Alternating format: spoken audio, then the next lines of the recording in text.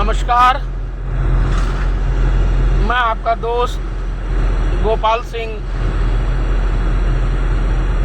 आज निकला हूँ देवघर की यात्रा पर, बाबा नगरी। और ये मेरा परम सौभाग्य है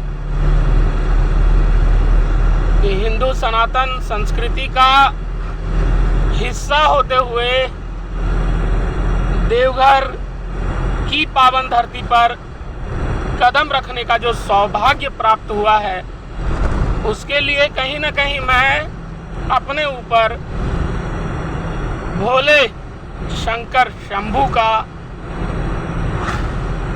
ही आशीर्वाद मानता हूँ। बचपन से एक दिली तमन्ना थी कि देवघर की पावन भूमि पर कदम रखूं, और आज कंपनी के काम से ही मेरी ये इच्छा भोलेनाथ ने पूरी की है। बहुत ही संतुष्ट, बहुत ही गदगद, बहुत ही खुशी महसूस कर रहा हूँ। मेरे द्वारा जो खुशी महसूस की जा रही है आज, मुझे नहीं पता कि आप इस बात से कितना इत्तेफाक रखेंगे, पर मैं अगर आपको अपनी पर्सनल फीलिंग बताऊं तो मैं बहुत खुश हूँ। बहुत मुझे अपने जीवन काल में अभी तक बहुत ज़्यादा तीर्थ स्थलों का दर्शन करने का मौका नहीं मिला है।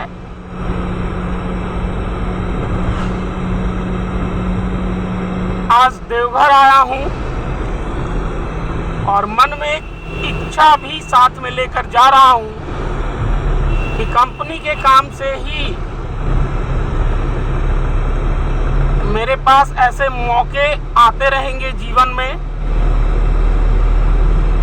जब मैं जाता ही रहूँगा अलग अलग साइट पे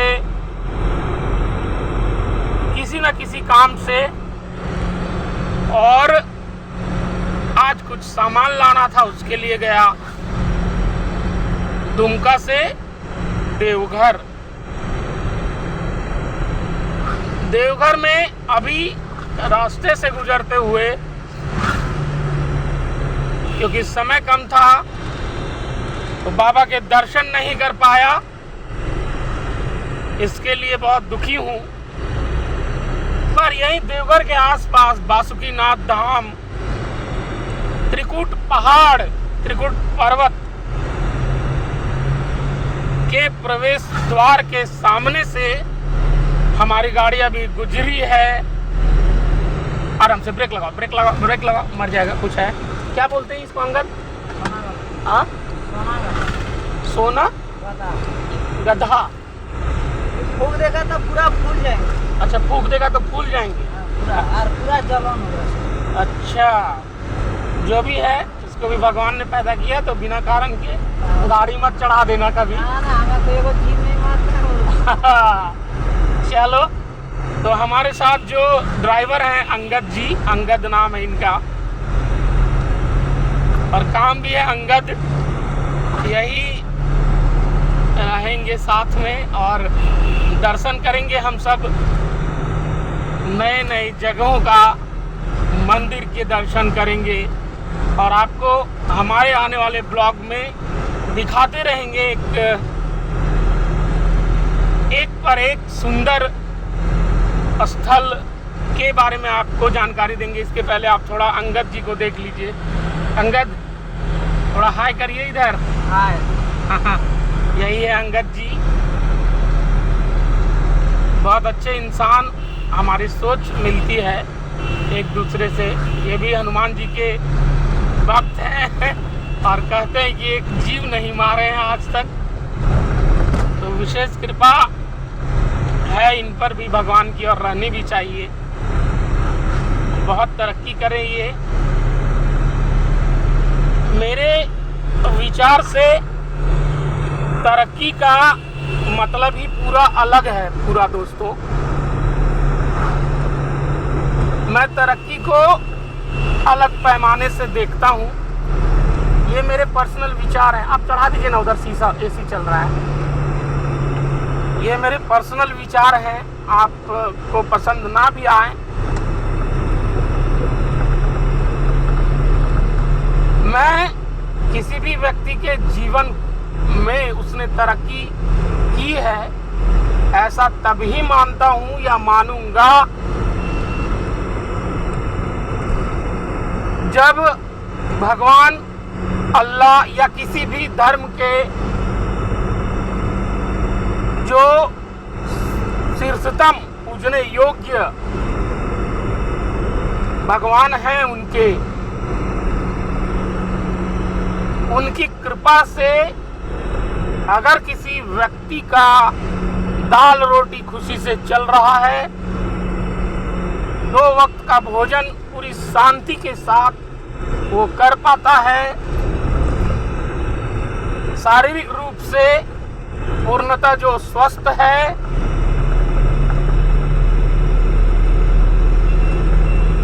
दूसरे के दुख को देखकर जो भाव विभोर हो सकता है, जिसको लगता है कि यार अगर मुझे मौका मिले तो मैं अपने कलेजे को निकाल कर इसको दे दूं,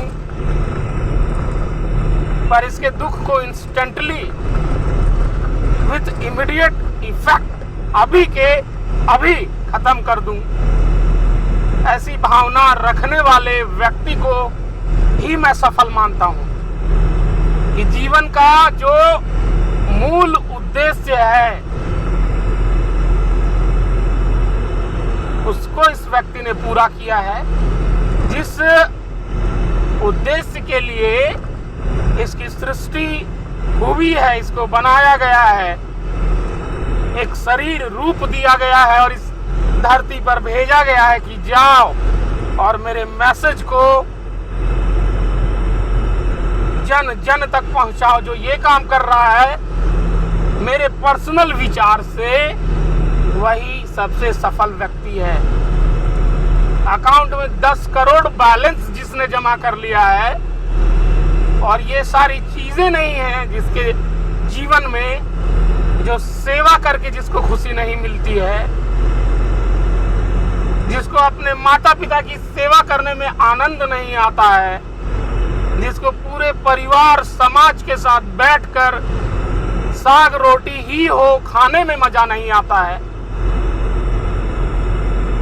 वो व्यक्ति को मेरे हिसाब से कंप्लीट फेल्योर मैन का टाइटल देना चाहिए।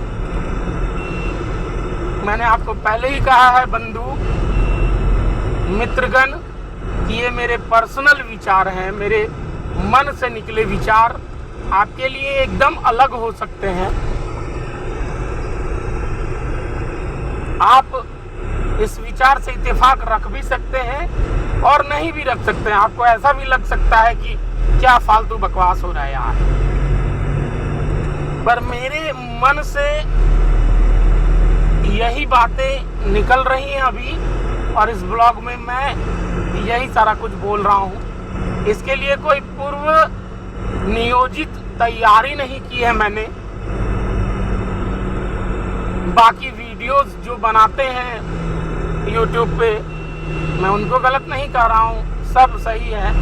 Everybody is absolutely right eight their own consent at their own place, but I am very much different by them in some manner. मेरा चैनल मोटिवेशन के लिए है, तो मैं आपको मोटिवेशन के ऐसे डायलॉग्स नहीं बोलूंगा कभी कि एकदम आप कर सकते हो, you can do it, you can do it, you can do it, just conquer the world. नहीं, मेरे विचार से इस तरह का जो मोटिवेशन होता है 2 मिनट के लिए काम करता है। After that when you will be in very bad situation, very critical situation, then your this type of motivation will be vanished out of use. You can't use such type of motivation everywhere, but I want to make you a good man, good personality. English ज़्यादा नहीं बोलूँगा because मेरे सारे listener ज़रूरी नहीं है कि English जानते हो, और मुझे जन जन के हृदय तक पहुँचना है, तो हिंदी शब्द का ही चयन करूँगा। बहुत खूबसूरत भाषा है हिंदी। हाँ अच्छा रुकेगा, ठीक है रुको, जो करना करो, मैं गाड़ी में ही रहता हूँ, ठीक है ना। चलो साइड में लगा दो। हिंदी जन जन की भाषा है। जब हिंदी का प्रचार प्रसार करने के कुछ छोटे से मौके आए, गाड़ी बंद है ना, हाँ, जब कुछ हिंदी के प्रचार प्रसार के मौके डॉक्टर राजेंद्र प्रसाद के पास आए, जब वो पावर में थे, राष्ट्रपति बने, उनको बोला गया कि महाशय, sir, respected sir, kindly tell us about a language which can join together the whole world. Actually, I am not asking you about to connect one nation. If we are talking about to connect with each other, the whole world, give me the answer in one word about that one a specific language. तो doctor Rajendra Prasad ने बहुत विनम्रता से जवाब दिया, हिंदी हिंदी हिंदी। भाषाएं बहुत हैं, संस्कृतियां बहुत हैं, विरासत हमारी बहुत वृहत है एक्सपैंड लेवल पे, लेकिन हिंदी ही एक ऐसी भाषा है जिसके माध्यम से आप जन जन के हृदय में पहुंच सकते हैं। जन जन के लिए सबसे प्रिय भाषा हिंदी है। Western culture, we are actually promoting the western culture all around the world because all fully developed nation and the nation who is at the stage of developing situation, they are only using English language. English भी जरूरी है internationally because there are so many people on this earth who does not know how to use Hindi, but they love to do so.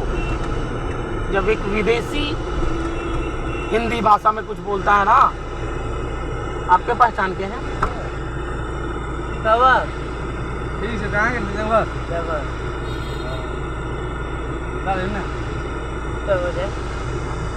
बात करिए, कोई problem नहीं है। हाँ बंद करिए, ज़्यादा टाइम नहीं लीजिएगा ना, उधर लंच में पहुँचना है, लंच टाइम क्रॉस होगा। ठीक है, बात करिए। आइए जल्दी आइए। हाँ तो ठीक है, वीडियो ज़्यादा लंबा नहीं करना है। तो मैं बोल रहा था हिंदी के महत्व पर एक वृहद चर्चा की जरूरत है। जब हमारे देश के प्रथम राष्ट्रपति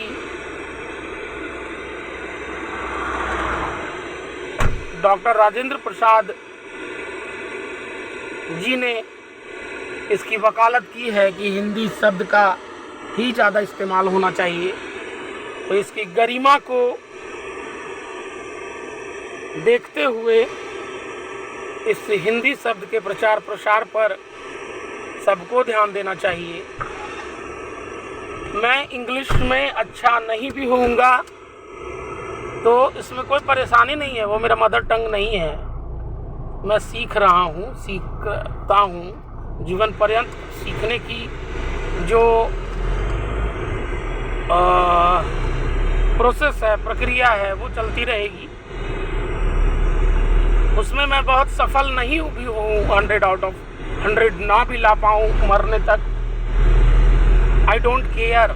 लेकिन हिंदी तो मुझे आनी चाहिए, ये मेरी मातृभाषा है, मदर टंग, ठीक है ना, मदर इंडिया लैंग्वेज, मेरी माँ की भाषा। तो हिंदी पर पूरा ध्यान दें। और इस ब्लॉग में मैं मेनली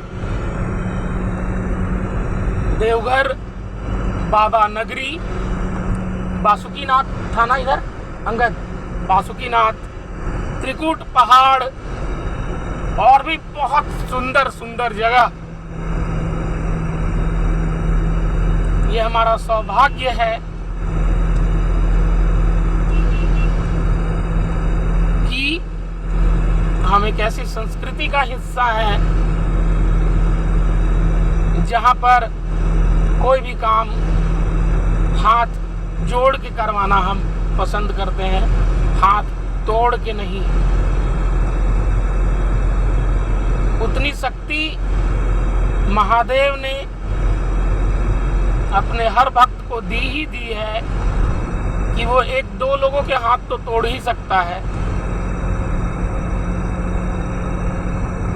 पर वो हमारे लिए महापाप है। एक चींटी भी मारना, उनको जीवन जब हमने नहीं दिया, ब्रेक मारो कुत्ता, तो उनके जीवन का अंत करने का भी हमें कोई अधिकार नहीं है। अगर हम किसी को खाना नहीं दे रहे तो उसको सताना भी हमारे अधिकार में नहीं होना चाहिए। और चलिए दे भी रहे खाना, बचपन से लेके उसके जीवन के लास्ट क्षण तक भी अगर आप उसको खिला रहे हैं, फिर भी आपके मन में अहंकार नहीं आना चाहिए, क्योंकि आपको वो ऊपर वाला खिला रहा है। कृतज्ञ रहिए, ग्रेटफुल रहिए इस बात के लिए, और अपने धर्म की रक्षा करते रहिए, लोगों को प्रेरित करते रहिए। कलयुग अपने चरम शिखर पर है, इसके अंत का समय बहुत निकट है, तो इसको तभी अंत इसका किया जा सकता है जब चारों तरफ राम नाम की गूंज हो। मैं ये नहीं कहता कि पूरा ब्रह्मांड राम नाम का जाप करे। आप जिस धर्म में हैं, आप ना करें धर्म परिवर्तन, आप हिंदू नहीं बने, इसकी कोई जरूरत नहीं है। आप जिस धर्म में हैं उसी धर्म में रहें, पूरी ईमानदारी से आप अपना काम करते रहें। हिंदू हो तो हिंदू धर्म की जो श्रेष्ठ स्थिति है उसका पालन करते हुए आपका देहावसान हो, आपका अंत समय हिंदू बन के ही हो। अगर आप मुसलमान हैं, मेरे हिसाब से मुसलमान वो जिसका मुसल्लम ईमान हो। मुसल्लम ईमान मतलब जिसके ईमान पर, जिसकी ईमानदारी पर, जिसकी नीयत पर वो अल्लाह भगवान भी शक ना कर सके, ऐसा मुसलमान। अगर आप बौद्ध धर्म में हैं तो भगवान बुद्ध के बताए गए रास्ते पर चले, उनके उपदेश को अपने जीवन में ग्रहण करें। एक ऐसी स्थिति स्थापित करें कि उस धर्म का नाम खराब ना हो बल्कि और आगे बढ़े। जैन धर्म में वो मास्क लगा के रहते हैं, सारे जैन धर्म को पालन करने वाले अनुयायी। क्यों पता है कि जो छोटे छोटे कीट पतंगे, माइक्रो ऑर्गेनिज्म, सूक्ष्म जीव जो है वो उनकी सांस के द्वारा भी अंदर ना चला जाए, इतनी पवित्रता रखते हैं वो हर धर्म की अपनी सुंदरता है, हर धर्म का अपना एक सुंदर स्टेटस है, उस स्टेटस को बनाए रखें। और हर धर्म के केंद्र में मानवता सबसे ऊपर है, तो अच्छे मानव बने, महामानव बने। क्योंकि आप अच्छे मानव नहीं बन पाए, अच्छे इंसान नहीं बन पाए, फिर आप झंडा ढोते रहे जीवन भर, भगवा जीवन भर, हरा झंडा जीवन भर, मास्क लगाएं जीवन भर, बुद्ध के प्रवचन सुने जीवन भर, सबका मालिक एक सुनते रहे जीवन भर, ईसा मसीह को मानते रहे, result 0। If you are not a fantastic human being, then everything is useless.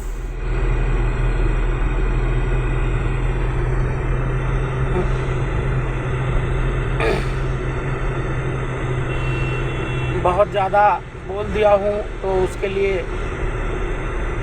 दिल से सॉरी। मैं ये सारे काम, वीडियो बनाना और इस तरह से अलग तरीके से आपको मोटिवेट करना, समय समय पर आपको लताड़ना, समय समय पर सही मार्गदर्शन करने की कोशिश करना, ये मैं खुद महान बनने के चक्कर के लिए नहीं कर रहा हूँ। ये मैं इसलिए कर रहा हूँ कि पूरे जन जन का कल्याण हो सके, साथ में मेरे भी पूरे ख़ानदान का, मेरे बाल बच्चों का, मेरी पत्नी, मेरे परिवार का भी कल्याण हो। स्वार्थ के वश में ऐसा कर रहा हूँ कि मैं सुधरूंगा जग सुधरेगा, मैं बिगड़ूंगा जग भी बिगड़ेगा। सुधरना सबसे पहले मुझे है, उसी राह पर पहला कदम बढ़ाने की कोशिश कर रहा हूँ। आप सबको अगर मेरा वीडियो यूज़फुल लगे तो इसको किसी अपने के पास शेयर ज़रूर करें, शायद किसी की ज़िंदगी बदले।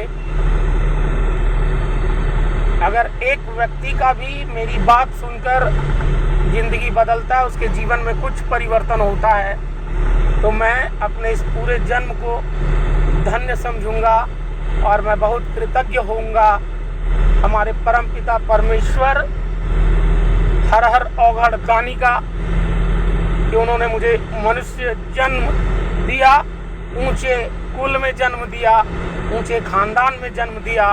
तो मेरा ये परम दायित्व है कि मेरी सोच भी ऊंची हो, मेरा संस्कार भी ऊंचा हो, मेरा पूरा जीवन दर्शन ऊंचा हो।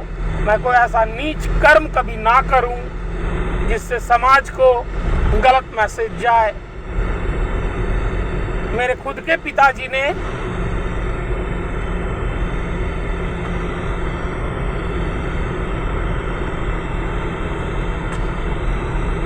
अंत समय जब आया उनका, उसके कुछ 2-4 दिन पहले, मुझे याद है अभी तक, मैं 15-16 साल का होऊंगा तब मेरे पिताजी का देहांत हो गया। लेकिन उनकी कही गई एक एक बात मेरे रग रग में बसी हुई है और 14-15 वर्षों तक ही मुझे उनके साथ रहने का मौका मिला। मुझे ये महसूस हुआ मित्रों कि मेरे साथ मेरे पिताजी नहीं थे,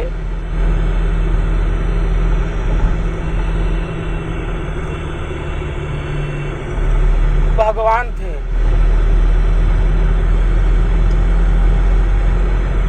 जिनको मैंने बहुत करीब से देखा, जिनके साथ मैं खाया, जिन्होंने मुझे नहाया, जिन्होंने मुझे हर गलत बात के लिए टोका। 15 साल में ही मुझे दुनिया दिखाई, अच्छे बुरे का ज्ञान करवाया, और मरते समय मुझे इंसान पहचानने का भी थोड़ा बहुत गुर सिखा कर गए। उन्होंने कहा था कि किसी सत्ता के सामने कभी भी अपना सर मत झुकाना। सामने वाला कितना भी शक्तिशाली हो, सामने वाला कितना भी धनवान हो, अगर उसकी नीयत खराब है, वो दुष्ट प्रवृत्ति का है, जलनशील व्यक्ति है, जो दूसरे के सुख से जलता है, अंदर ही अंदर उसकी इज्जत कभी मत करना। मजबूरी हो तो सामने हाँ में हाँ मिला देना, दिल से उसकी इज्जत कभी मत करना। और अगर एक गरीब झाड़ू लगाने वाला, बर्तन धोने वाला, तुम्हारे घर काम करने वाला, कमियां मजदूरी करने वाला, चाहे वो किसी जाति का हो, भरे समाज में उसके पैर को छू लेना। ये मत सोचना कि तुम्हारे समाज की गरिमा को चोट पहुंच रही है। जाति धर्म कुछ दिमाग में मत रखना, अच्छा इंसान का तलाश करना, उसी से कुछ सीखना। ना तो अत्याचार करना, ना ही किसी के द्वारा किया गया अत्याचार को सहना। कानून है, व्यवस्था है, इस दम पर तुम किसी बड़े से बड़े व्यक्ति को हिला सकते हो, उसका चक्का कभी भी जाम कर सकते हो, अगर तुम्हारी नीयत साफ है और कोई तुम्हें दबा रहा है। अपने ताकत के मद में, अपनी बुद्धि के दम पर किसी निर्दोष को कोई सता रहा है, वहां पर अगर तुम खड़े नजर नहीं आए